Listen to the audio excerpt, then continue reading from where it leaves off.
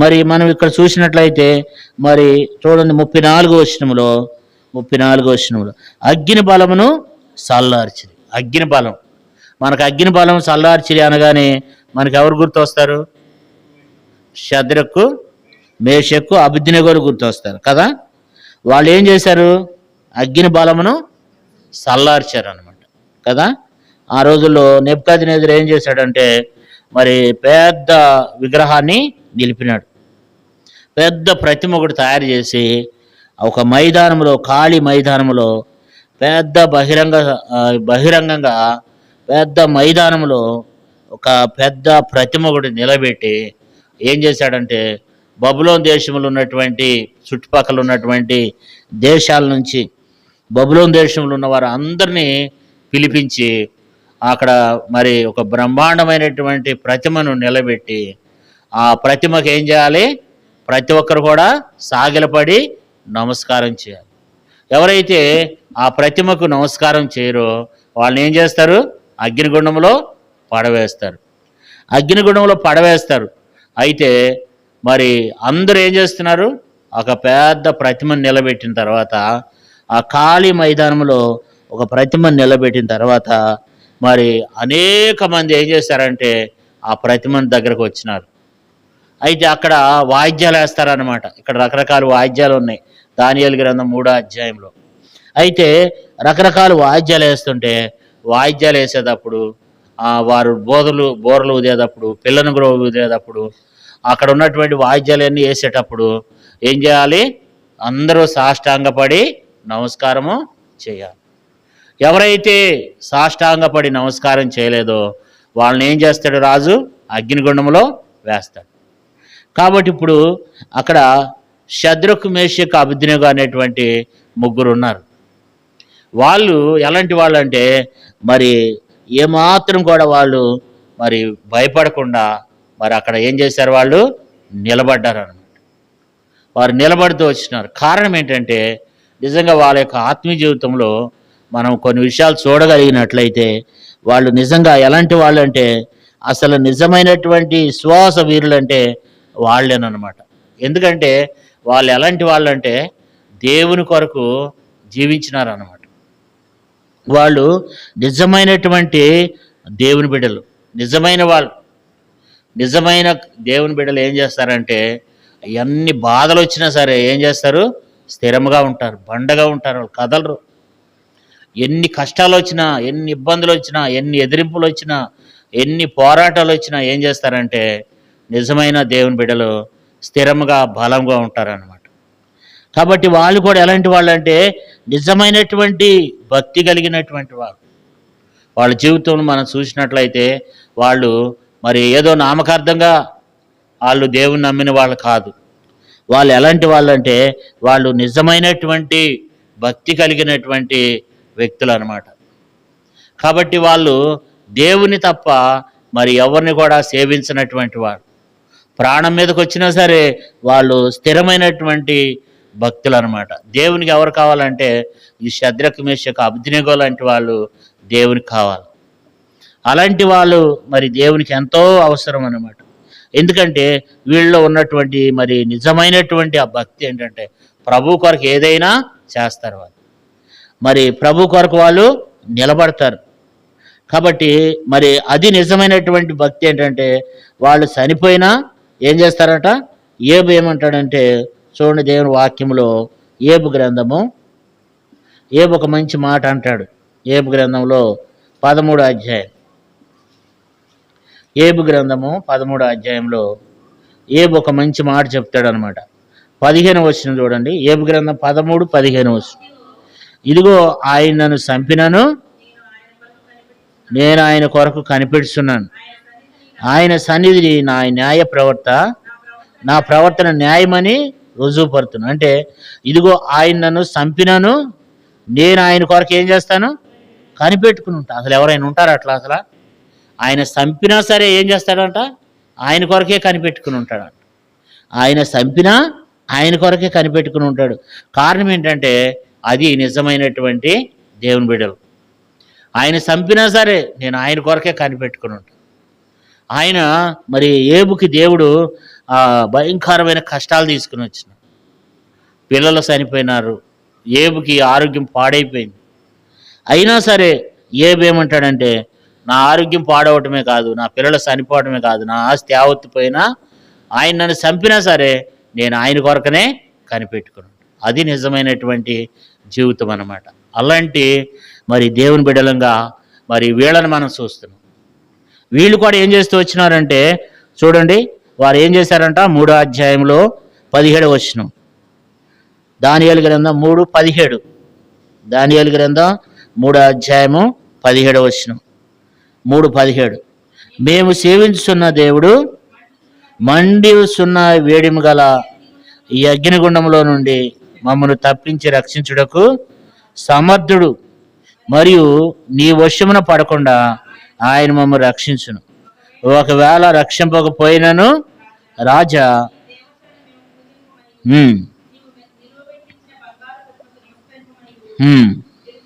కాబట్టి ఇక్కడ రాస్తా అంటున్నారు, అయా మేమేమాత్రం కూడా ఏం చేయము, మేము ఆ పని చెయ్యజాలము. కాబట్టి మా దేవుడు ఎలాంటి వాడు, మేము సేవించున్న దేవుడు మండుచున్న వేడిమి గల ఈ అగ్నిగుండములో నుండి మమ్మను తప్పించి రక్షించుటకు సమర్థుడు. ఆయన ఏదైనా చేయగలడు, ఆయన మమ్మల్ని రక్షించగలడు. అంటే వాళ్ళ విశ్వాసాన్ని చూడండి. ఒకవేళ రక్షిస్తే పర్వాలా, రక్షించకపోయినా పర్వాలా. కాబట్టి రక్షింపకపోయినా పర్వాలా అంటే వారి దేహాలను ఏం చేశారంట, అప్పగించారంట. నువ్వేమన్నా చేసుకో. 28వ వచనంలో 3వ అధ్యాయం దానియేలు గ్రంథం 28వ వచనం, నెబుకద్నెజరు షద్రకు మేషకు అబ్దెనెగో అని వీరి దేవుడు పూజార్హుడు, ఆయన తన దూతనంపి తను ఆశ్రయించిన దాసులను రక్షించు. వారు తమ దేవునికి గాక మరి ఏ దేవునికి నమస్కరింపకయు ఏ దేవుని సేవింపకై ఉందమని తమ దేహములను అప్పగించి రాజు యొక్క ఆజ్ఞను వ్యర్థపరిచి దేహములు అప్పగించారంట. నువ్వేమన్నా చేసుకో, మా దేవుని మాత్రం మేము ఇడిచిపెట్టం. నువ్వేమన్నా చేసుకో, మా దేవుడు ఇడిపిస్తానికి సమర్థుడు. ఈ అగ్నిగుండములో నుండి మా దేవుడు ఇడిపించడానికి సమర్థుడు. ఆయన ఏదైనా చేయగలడు. కానీ ఒకవేళ ఇడిపించకపోయినా సరే పర్వాలేదు. కాబట్టి వాళ్ళ ధైర్యం చూడండి, వాళ్ళకు ఉన్నటువంటి విశ్వాసం చూడండి. వారు ఏం చేశారంటే తమ దేహములను అప్పగించారంట దేవుని కొరకు కదా.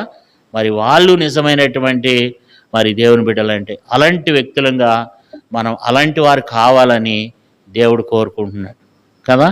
కాబట్టి వీళ్ళు ఏం చేస్తారు, నిజమైనటువంటి దేవుని బిడ్డలైన వారము మరి మనం కూడా ఎట్లుండాలా, వాళ్ళకులాగా ఉండాలి. రోమపత్రికలో ఒక మంచి మాట ఉంటుంది, 2వ అధ్యాయము 28వ వచనం, రోమా 2:28, బాహ్యమునకు యూదుడైన వాడు యూదుడు కాడు గాని శరీరమందు బాహ్యమైన సున్నతి కాదు. 29వ వచనం చూడండి, అయితే అంతరంగమందు యూదుడైన వాడే యూదుడు, మరియు సున్నతి హృదయ సంబంధమైనది అయితే ఆత్మీయం జరిగినదే కానీ అక్షరం వల్ల కలిగినది కాదు. అట్టి వానికి దేవుని మెప్పు మనుషుల వల్ల కలగదు, దేవుని వలనే కలుగుతుంది. నిజమైన యూదుడు ఏం చేస్తాడంట, బాహ్యమైనటువంటి యూదుడు కాదంట, అంతరంగమందు యూదుడు. బాహ్యమందు నేను కూడా మతాన్ని ధరించుకుని నేను కూడా యూదుడిని అనేటువంటి వాడు కాదు. కానీ హృదయంలో నేను దేవుని బిడ్డని, హృదయంలో నేను దేవుని బిడ్డని అన్నవాళ్ళు ఎట్లుంటారంటే ప్రభు కొరకు ఎన్ని బాధలు వచ్చినా ఎన్ని కష్టాలు వచ్చినా దేవుణ్ణి వాళ్ళు విడిచిపెట్టుకుని ఉంటారన్నమాట. వాళ్ళు ఎందుకంటే వాళ్ళు పైకి కనపడే వాళ్ళు కాదనమాట. పైకి ఉండేటువంటి వాడు పైకి భక్తిపరుల వలె ఉండి దాని శక్తిని ఆశ్రయించినటువంటి వాళ్ళని బైబిల్లో ఉంది. అయితే బాహ్యమునకు పైకి నేను కూడా దేవుని బిడ్డనే, నేను కూడా క్రైస్తవుడినే, నేను కూడా యూదుడినే. అయితే బాహ్యమందు మరి ఎట్లా ఉంటామంట, బాహ్యమందు కాకుండా అంతరంగమందు యూదుడైన వాడే యూదుడు. కాబట్టి నిజమైనటువంటి మరి వీళ్ళు కూడా అంతరంగమందు వీళ్ళెవరు, దేవుని బిడ్డలు. కాబట్టి వాళ్ళ ఎదురుగుండగా అగ్నిగుండం ఉంది. రాజు అంట 7 అంతల అగ్ని ఎక్కువ చేశాడంట. ఆ వేడి ఎలాంటి వేడి అంటే అగ్నిగుండాన్ని వేడంతలు చేశాడు కదా. అలాంటి మరి గొప్ప వ్యక్తులు ఈ షద్రకు మేషకు అబేద్నెగోల్ని మనం చూస్తున్నాం కదా. అలాంటి వ్యక్తులను మనము మరి చూస్తున్నాం.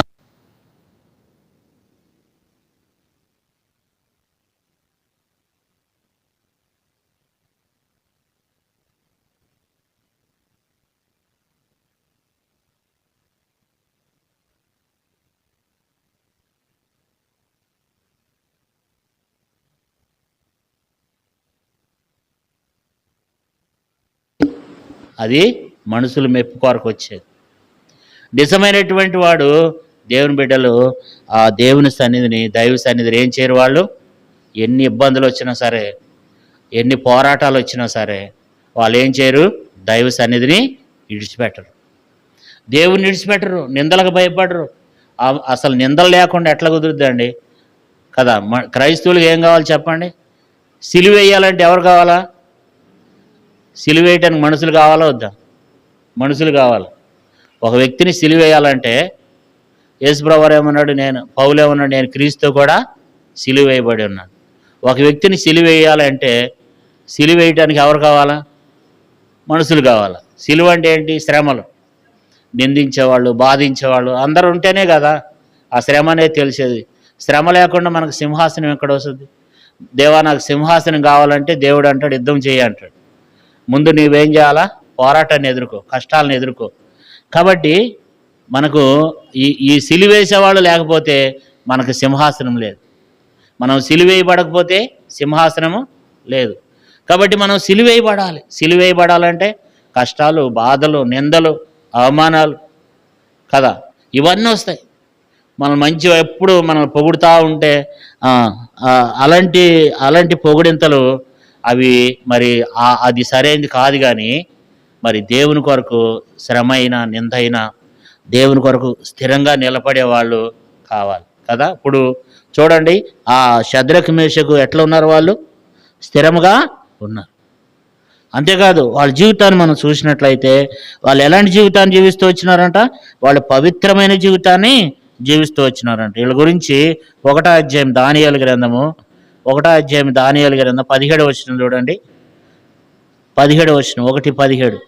ఈ నలుగురు వారు సంగతి ఏమనగా, దేవుడు వారికి జ్ఞానమును సకల శాస్త్ర ప్రావీణ్యతయు వివేచన అనుగ్రహించును.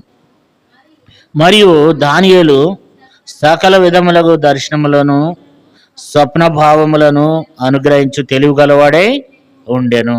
ఇక్కడ ఏముందంటే ఈ నలుగురు బారు సంగతి ఏమనగా అంటున్నాడు దేవుడు. అంటే వీళ్ళు ఎలాంటి వాళ్ళు అంటే మరి కనీసం వాళ్ళు తినే విషయంలో కూడా ఎంతో శ్రద్ధ కలిగి ఉంటారు. 8వ వచనంలో 1వ అధ్యాయం 8వ వచనం, రాజు భుజించు భోజనమును పానం చేయి ద్రాక్షరసమును పుచ్చుకుని తన అపిత్రం పరుచుకోకూడదని దానియేలు ఉద్దేశించి తాను అపిత్రుడు కాకున్నట్లు వాటిని పుచ్చుకోకుండా సెలవిమ్మని నకోంశకుల అధిపతిని వేడుకొనగా. అంటే రాజభోజనాలు మనందరికి తెలుసు, త్వరగా ముగించుకుందాం. రాజభోజనాలు, రాజు భుజించే భోజనము, రాజు పానం చేసే పానము వాళ్ళు ఏమంటున్నారంటే మాకు వద్దు అంటున్నారు. మాకు ఈ శాకాహారాలు పెట్టండి, కావాలంటే మమ్మల్ని 10 దినాలు మీరు చూసుకోండి, పరీక్షించండి. మేము ఆకుకూరలు తింటాం, కానీ 10 దినాలు అయిన తర్వాత మమ్మల్ని చూడండి అంటే 10 దినములు అయిన తర్వాత అంట వారిని పరీక్షించారంట. 15వ వచనంలో 10 దినములైనంట తర్వాత వారి ముఖములు ఎట్లున్నాయంట? మనకి సమయం లేదు కానీ వారి ముఖములు ఎట్లున్నాయంట? సౌందర్యంగాను కలగాను ఉన్నాయంట. 10 దినాలు పరీక్షిస్తే అక్కడ రోజు మాంసము, చేపలు, మందు అన్నీ చేసేవాళ్ళ ముఖాల కంటే కూడా వీళ్ళ ముఖాలు ఎట్లున్నాయంట? సౌందర్యంగాను కళగాను ఉన్నాయంట. కారణం ఏంటంటే వాళ్ళకు ఉన్నటువంటి పరిశుద్ధత, పవిత్రత. ఎంత జాగ్రత్తగా వారి ఆత్మీయ జీవితాలను కాపాడుకుంటూ వచ్చినారంటే వీళ్ళంట మరి అక్కడ ఉన్నటువంటి ఆ దేశంలో ఉన్నటువంటి జ్ఞానులు, తర్వాత శకునగాండ్రు, కల్దీలు, వాళ్ళందరికంటే కూడా వీళ్ళు 10 అంతల శ్రేష్ఠులు అంట. చూడండి, ఆ 1వ అధ్యాయము 20వ వచనం 1:20. రాజు వీరి వద్ద విచారణ చేయగా జ్ఞాన వివేకము గల సంబంధమైన ప్రతి విషయంలోనూ వీరు తన రాజ్యమంతటి నందుండు శకునగాండ్ర కంటేను గారడి విద్యగాళ్ళ అందరికంటేను 10 అంతల శ్రేష్ఠులని తెలియబడెను. వీళ్ళు ఎలాంటి వాళ్ళు అంటే 10 అంతల శ్రేష్ఠులు అంట. 10 అంతల శ్రేష్ఠులు. అక్కడ ఉన్నటువంటి జ్ఞానం కలిగిన వారు, అక్కడ ఉన్నటువంటి వారు అందరికంటే కూడా, ఆ శకునగాండ్ర కంటే గారడి విద్యగాళ్ళ కంటే కూడా వీళ్ళంట 10 అంతల 10 అంతల శ్రేష్ఠులు అంట. 10 అంతల శ్రేష్ఠులు అంటే వారు అంత చక్కని జీవితాన్ని, పరిశుద్ధతను కలిగి వారు జీవిస్తూ వచ్చినారు. తర్వాత వాళ్ళకున్న స్నేహితులు ఎవరంటే వాళ్ళు ఎలాంటి వాళ్ళు, ప్రార్థనా పరులైనటువంటి స్నేహితులు. దానియేలు స్నేహితులు ఎవరు? షద్రక్ మేషక్ అబేద్నెగో. ఏదైనా సమస్య రాగానే దానియేలు ఏమంటాడో చూడండి, మనం చదువుకుందాం. రెండో అధ్యాయము, దానియేలు గ్రంథం 2వ అధ్యాయము మనం చూడగలిగితే 2వ అధ్యాయము 17వ వచనం చూడండి. అప్పుడు దానియేలు తన ఇంటికి పోయి తన స్నేహితులైన అనన్యాకును మిషాయేలునకును అజర్యాకును సంగతి తెలియచేసి, తానును తన స్నేహితులను బబులోనులో తక్కిన జ్ఞానంతో కూడా నశింపకుండానట్లు ఆ కళ యొక్క మర్మ విషయంలో పరలోకముందున్న దేవుని వలన కటాక్షం పొందు నిమిత్తమై ఆయనను వేడుకొనమని వారికి హెచ్చరించను. కాబట్టి ఏమంటున్నాడు దానియేలు ఆ స్నేహితులతో అంటున్నాడు, అయా దానియేలు, రాజుకు ఒక కళ వచ్చిందంట. అయితే ఆ కళ భావం రాజుకు చెప్పాలి. రాజు కళ మర్చిపోయినాడు. రాజు కళ వచ్చింది, కళ చెప్తే దాని గురించి చెప్పేవాళ్ళు. రాజు కళ వచ్చింది కానీ కళ మర్చిపోయినాడు. ఇప్పుడు కళ చెప్పాలి, కళ భావం చెప్పాలి. చెప్పకపోతే లోకంలో ఉన్నటువంటి గారడి విద్యగాళ్ళని, శకునగాండ్రులను, లోకంలో ఉన్నటువంటి జ్ఞానులందరినీ కూడా ఏం చేస్తారు? చంపివేస్తారు. వాళ్ళతో పాటు మనల్ని కూడా చంపుతారు. కాబట్టి ఇప్పుడు మనం ఏం చేద్దామంటే ఈ రాత్రి మనం అందరూ కలిసి ఏం చేద్దాం? ప్రార్థన చేద్దాం. అప్పుడు ఆ రాత్రి వాళ్ళు అందరూ కలిసి ఏం చేశారంటే ప్రార్థన చేశారు. అందరు కలిసి వాళ్ళు ప్రార్థన చేసినప్పుడు దేవుడు ఆ మర్మాన్ని బయలుపరిస్తే దానియేలు వెళ్ళి ఆ మర్మాన్ని ఏం చేశాడు? వాళ్ళకి రాజుకి తెలియచేశాడు. దానికి రాజుకి తెలియచేశాడు అనమాట. కాబట్టి ఇప్పుడు వాళ్ళు నిజమైన భక్తి కలిగి ఉన్నారు, దేవుని కొరకు స్థిరంగా నిలబడి ఉన్నారు, తర్వాత పరిశుద్ధమైన జీవితాన్ని కలిగి జీవిస్తూ వచ్చినారు, ప్రార్థన పరులుగా జీవిస్తూ వచ్చినారు. తర్వాత ప్రతి విషయంలో కష్టం వచ్చినప్పుడు వారు దేవుణ్ణి ఆశ్రయిస్తారనమాట. చూడండి, ఆ మాట చదువుకుందాం. వాళ్ళు ఏం చేశారంటే దేవుని వాక్యములు మనం చూస్తే 3వ అధ్యాయము, దానియేలు గ్రంథం 3వ అధ్యాయం 28వ వచనం. నెబుకద్నెజరు షద్రకు మేషకు అబేద్నెగో అను వీరి దేవుడు పూజార్హుడు.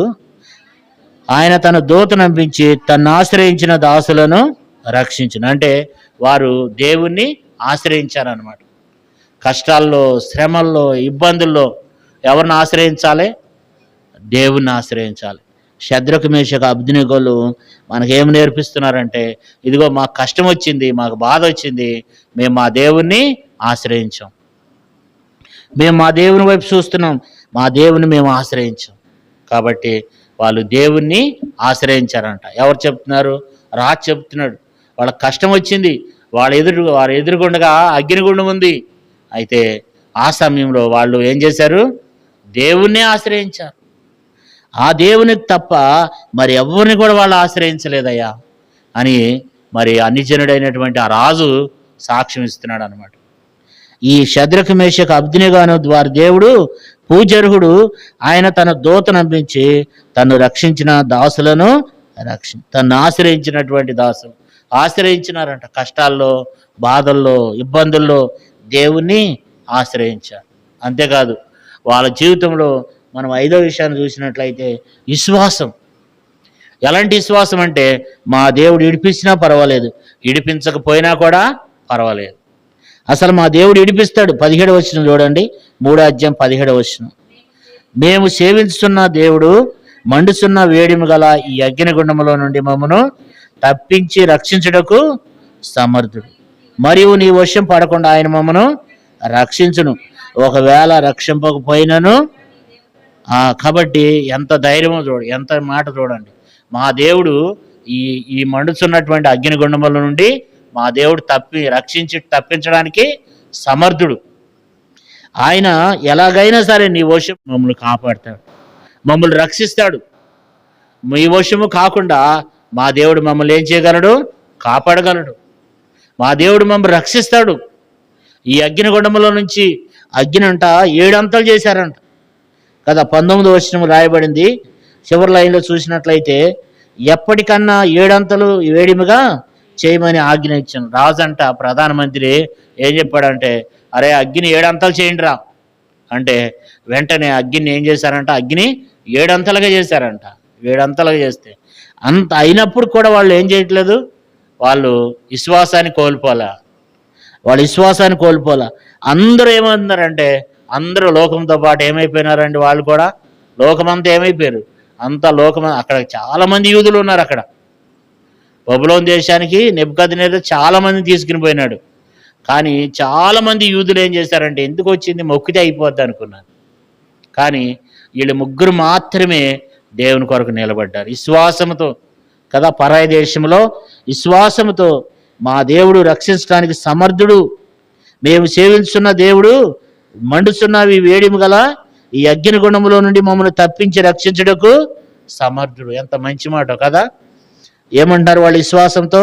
మనం కూడా చెప్పగలమా? అనారోగ్యాలు వస్తాయి, కష్టాలు వస్తాయి, ఇబ్బందులు వస్తాయి, మా దేవుడు గొప్పవాడు, మా దేవుడు ఈ సమస్య నుండి తప్పించడానికి సమర్థుడు, మా దేవుడు శక్తి గలవాడు అని చెప్పగలుగుతున్నామా?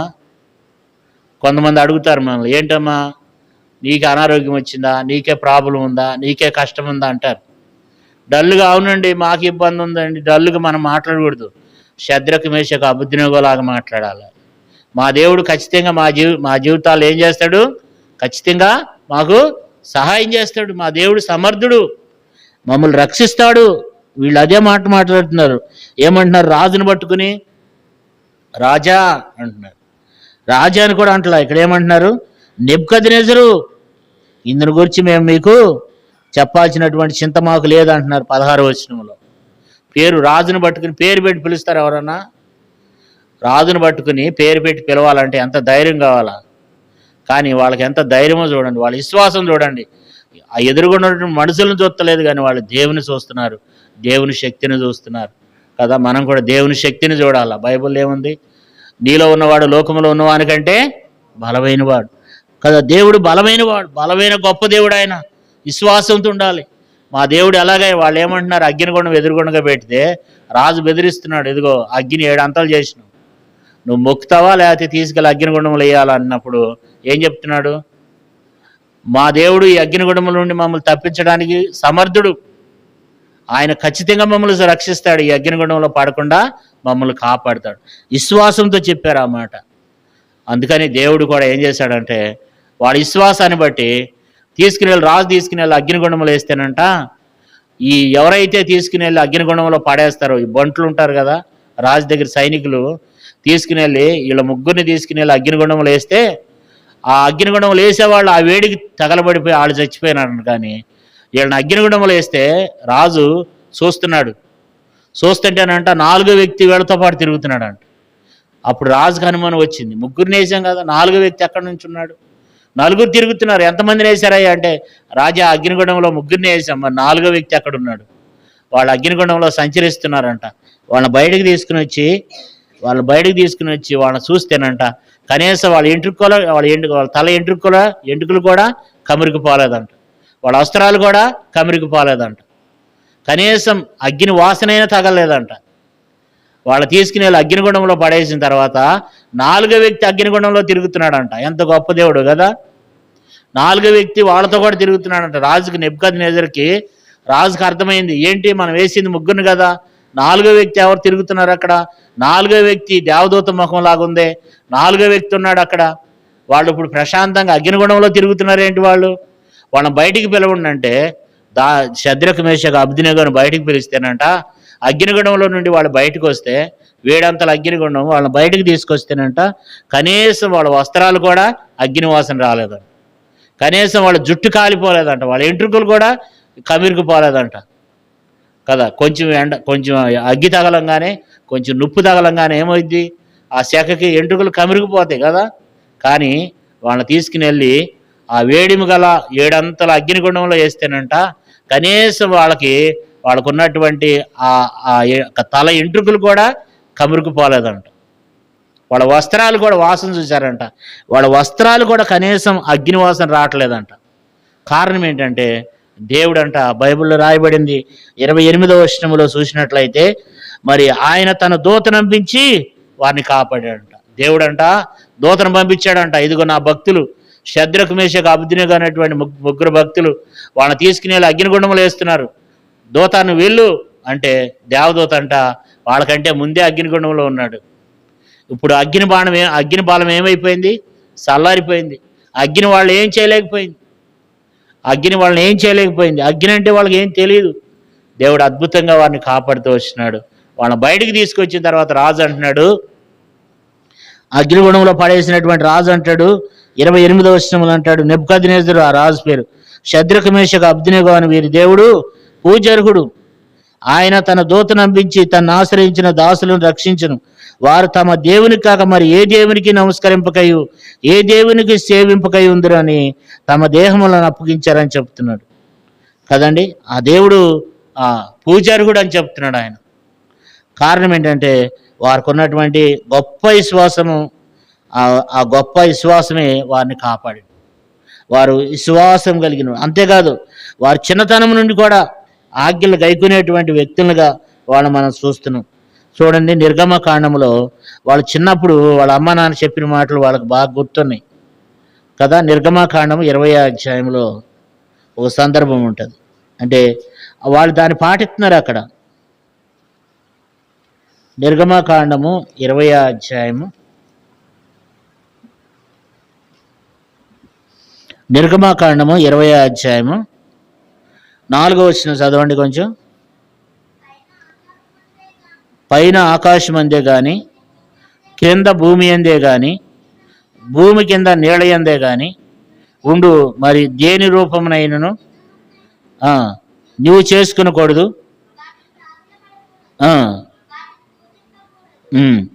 ఏలయనగా నీ దేవుడైన యెహోవానగు నేను రోషము గల దేవుడను, నన్ను దేశించి వారిని విషయంలో 3-4 తరముల వరకు తండ్రుల దోషమును కుమారుల మీదకి రప్పింతును. ఇక్కడ ఈ చిన్నప్పుడు తల్లిదండ్రులు చెప్పుంటారు వాళ్ళకి, అరే మనం దేన్ని నమస్కరింపకూడదు, దేవుని పూజించకూడదు అని చెప్పినప్పుడు వాళ్ళ మైండ్లో అది ఉంది చిన్నప్పటి నుంచి. తల్లిదండ్రులు చెప్పిన మాటలు వాళ్ళకు ఉన్నాయి. వాళ్ళు అది పట్టుకున్నారు. ప్రాణం మీదకి వచ్చినా సరే అగ్నిగుండములు వేస్తున్నప్పుడు కూడా వాళ్ళకి అదే జ్ఞాపకం ఉంది. వాళ్ళ ఆజ్ఞ పాటిస్తున్నారు. మా దేవుడు రోషం కలిగిన దేవుడు కాబట్టి మేము ఇప్పుడు దాన్ని మేము సేవించకూడదు, మేము సాగిల పడకూడదు అని చెప్పి వాళ్ళు ఏం చేస్తూ వచ్చినారు? కష్టాల్లో కూడా ఆజ్ఞలు గైకున్నారు. అలాంటి ఇబ్బందికరమైనటువంటి పరిస్థితి. ఎలాంటి కారణం ఏంటంటే వాళ్ళు దేవుని యందు విశ్వాసం, చెక్కు చెదరని విశ్వాసం కదా. తర్వాత దేవుని ఆజ్ఞలు వారికి జ్ఞాపకం వస్తున్నాయి. ఇదిగో మా బైబిల్లో ఈ రీతిగా ఉంది, మా ధర్మశాస్త్రంలో ఈ రీతిగా ఉంది, మేము దాన్ని మీరకూడదు, మీరితే మా దేవుడు రోషం కలిగిన దేవుడు అని చెప్పి వాళ్ళు ఏం చేస్తున్నారు? ఆ రీతిగా వాళ్ళు జీవిస్తూ వచ్చినారు కదా. తర్వాత వాళ్ళు మరి ఇప్పుడు మనం వాళ్ళ విశ్వాస జీవితాన్ని మనం చూస్తూ వచ్చినాము. వాళ్ళు నిజమైనటువంటి భక్తులు వాళ్ళు. ఎందుకంటే అందుకని వాళ్ళు దేవుని వైపే చూసేవాళ్ళు, దేవుని మీదే ఆధారపడేవాళ్ళు. మనుషుల వైపు చూసేవాళ్ళు కాదు, మనుషులు మెప్పు కోరుకునే వాళ్ళు కాదు, మనుషుల కొరకు వచ్చేవాళ్ళు కాదు. కనుక వాళ్ళు దేవుని మీదనే ఆధారపడేటువంటి వ్యక్తులు. కనుక చనిపోయే పరిస్థితి వచ్చినా సరే వాళ్ళు దేవుని విడిచిపెట్టిన వ్యక్తులుగా, నిజమైన భక్తులుగా వాళ్ళ జీవితాల్లో చూస్తున్నాం. తర్వాత వాళ్ళ పవిత్రమైన జీవితాన్ని చూస్తూ వచ్చినాము, వాళ్ళ ప్రార్థన జీవితాన్ని చూస్తూ వచ్చినాము, వారు దేవుని ఆశ్రయించే చూస్తూ వచ్చినాము, వారి విశ్వాసాన్ని చూస్తూ వచ్చినాము, వారి దేవుని ఆజ్ఞలు గైకునే చూస్తూ వచ్చినాము. చివరిగా ఆఖరిది వారికి ఉన్నటువంటి ధైర్యాన్ని చూస్తూ వస్తున్నాం. ఎంత ధైర్యం అంటే 16 వచనం చదవండి, 3వ అధ్యాయం 16 వచనం, 3:16. శద్రకును మేషకును అబేద్నెగో అను రాజుతో ఇలా చెప్పి, నెబుకద్నెజరు ఇందుని గురించి నీకు ప్రత్యుత్తరం ఇవ్వాలన్న చింత మాకు లేదు కదా. గొప్ప మాట చెప్పారు. ఏంటంటే నెబుకద్నెజరు ఇందుని గురించి నీకు ప్రత్యుత్తరం ఇవ్వాల్సిన, అంటే నీకు సమాధానము చెప్పాల్సినటువంటి చింత కూడా మాకు లేదు, అసలు నీకు సమాధానం చెప్పాల్సిన అవసరం మాకు లేదు. కారణం ఏంటంటే వాళ్ళకు ఉన్నటువంటి ధైర్యం ఏంటంటే మా దేవుడు గొప్పవాడు, సమర్థుడు. నీకేంటి చెప్పేది? నువ్వు అయితే రాజు అవ్వచ్చు. నువ్వు రాజు ఎన్ని సంవత్సరాలు ఉంటావు? మహా ఉంటే 10 సంవత్సరాలు ఉంటావు, 20 సంవత్సరాలు ఉంటావు. నీ పాలన కొద్దే. కానీ మా దేవుడు యుగయుగము లేనటువంటి రాజులకు రాజు, ప్రభువులకు ప్రభు. ఆయన సర్వాధికారి. ఆయన ఎల్లప్పుడూ నివసించేటువంటి దేవుడు. ఎప్పుడు రాజే. ఆయన ఎప్పుడు రాజే, యుగయుగములు ఉండేటువంటి రాజు. కాబట్టి ఆ రాజు ఎదుట వీళ్ళు ఏం చేస్తున్నారంటే, ఈ భౌతికమైనటువంటి భూ సంబంధమైన రాజుకు వాళ్ళు ఏమాత్రం కూడా ఏం చేయట్లేదు, భయపడలేదు. నెబుకద్నెజరు ఇందుని గురించినటువంటి చింత మాకు లేదు కదా. కాబట్టి ఎన్ని కష్టాలు వచ్చినా, బాధ వచ్చినా, అపోస్తలుడైన పౌలు అంటాడు కదా, రోమపత్రిక ఈ మాట చదువుదాం చూడండి. రోమపత్రిక మనందరికి బాగా పరిచయం ఉన్నమాట. 8వ అధ్యాయము, రోమపత్రిక 8వ అధ్యాయము 35వ వచనం చూడండి. క్రీస్తు ప్రేమ నుండి మనలను ఎడబాపు వాడెవడు? శ్రమైనను, బాధైనను, హింసైనను, కరువైనను, వస్త్రహీనతైనను, ఉపద్రవమైనను, ఖడ్గమైనను మన ఎడబాపున. అంటే చూడండి, మరి వాళ్ళకు ఉన్నటువంటి ధైర్యం ఏంటి అంటే, మరి క్రీస్తు ప్రేమ నుండి మనల్ని ఎడబాపు వాడేవాడు. అది శ్రమ అయినా సరే, బాధ అయినా సరే, హింస అయినా సరే, కరువైనా సరే, వస్త్రహీనత అయినను, ఉపద్రవమైనను, ఖడ్గమైనను మనల్ని ఎడబాపున కదా. ఇందుని గురించి ఏం రాయబడిందంట? 36వ వచనం. ఇందుని గురించి రాయబడింది ఏమనగా, నిన్ను బట్టి దినమల్లా మేము వధింపబడిన వారము, వధకు సిద్ధపడిన వారమని. కాబట్టి వధకు సిద్ధమైన గొర్రెలమని మేము ఎంచబడిన వారము. అయినను మనలను ప్రేమించు వాని ద్వారా మనము అన్నిటిలో అత్యధిక విజయము పొందుతున్నాం కదా. 38, 39 కూడా అందరం కలిసి చదువుకుందాం. మరణమైనను, జీవమైనను, దూతలైనను, ప్రధానులైనను, అన్నివైనను, రాబోవైనను, అధికారులైనను, ఎత్తైనను, లోతైన సృష్టింపబడిన మరి ఏదైనను మన ప్రభువైన యేసుక్రీస్తు నందలి దేవుని ప్రేమ నుండి మనల్ని ఎడబాపు వాడేవాడని రూఢిగా నమ్ముతున్నాం. పౌలు యొక్క విశ్వాసం చూడండి. మరణమైనను, జీవమైనను, దూతలైనను, ప్రధానులైనను, మరి కాబట్టి ఉన్నవైనను, రాబోవైనను, అధికారులైనను, ఎత్తైనను, లోతైనను, సృష్టింపబడిన ఏదైనా సరే మన ప్రభువైన యేసుక్రీస్తు నందలి ప్రేమ నుండి మనల్ని ఎడబాపు వాడేవాడు రూఢిగా నమ్ముతున్నాం. మన దేవుడు గొప్పవాడు. ఆయన నుంచి ఎవడు ఎడబాపుడు. కాబట్టి అది శ్రమైన, బాధ అయినా మరి ప్రభు కొరకు స్థిరంగా, బలంగా నిలబడినటువంటి వ్యక్తులుగా వాళ్ళని మనం చూస్తున్నాం. మరి దేవుని బిడ్డలంగా మరి అలాంటి వ్యక్తులంగా మనం కూడా జీవించాలని దేవుడు కోరుకుంటున్నాడు.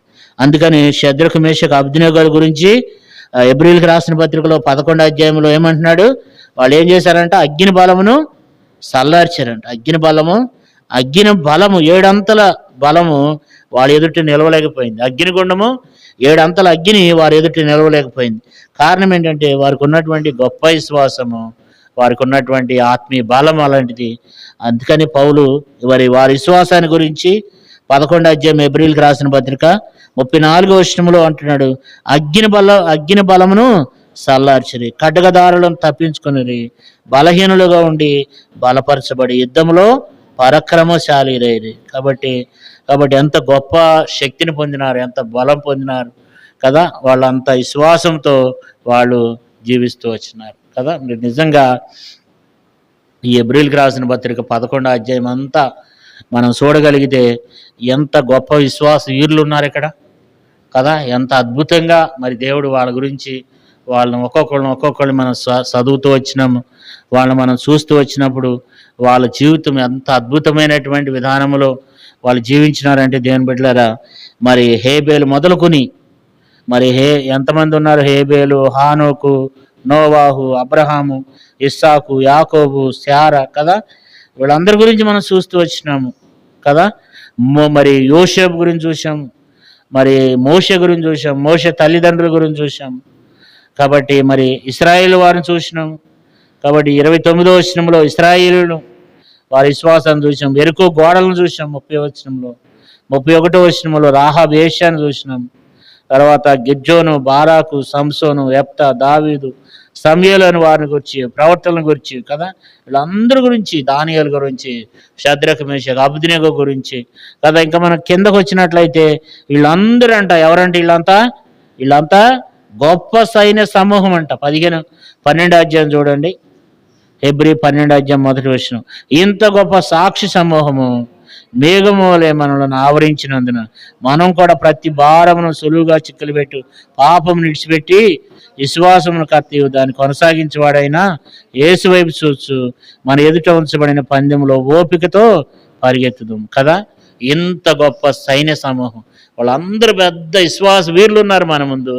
అయితే మనం కూడా ఏం చేయాలా? సులువుగా చిక్కులు పెట్టే ప్రతి భారం నిడిచిపెట్టాలి. ప్రతి చిన్న చిన్న వాటికి, ప్రతి దానికి మనం బాధపడిపోతూ దేవునికి దూరం కాకూడదు, దేవుని సన్నిధికి దూరం కాకూడదు.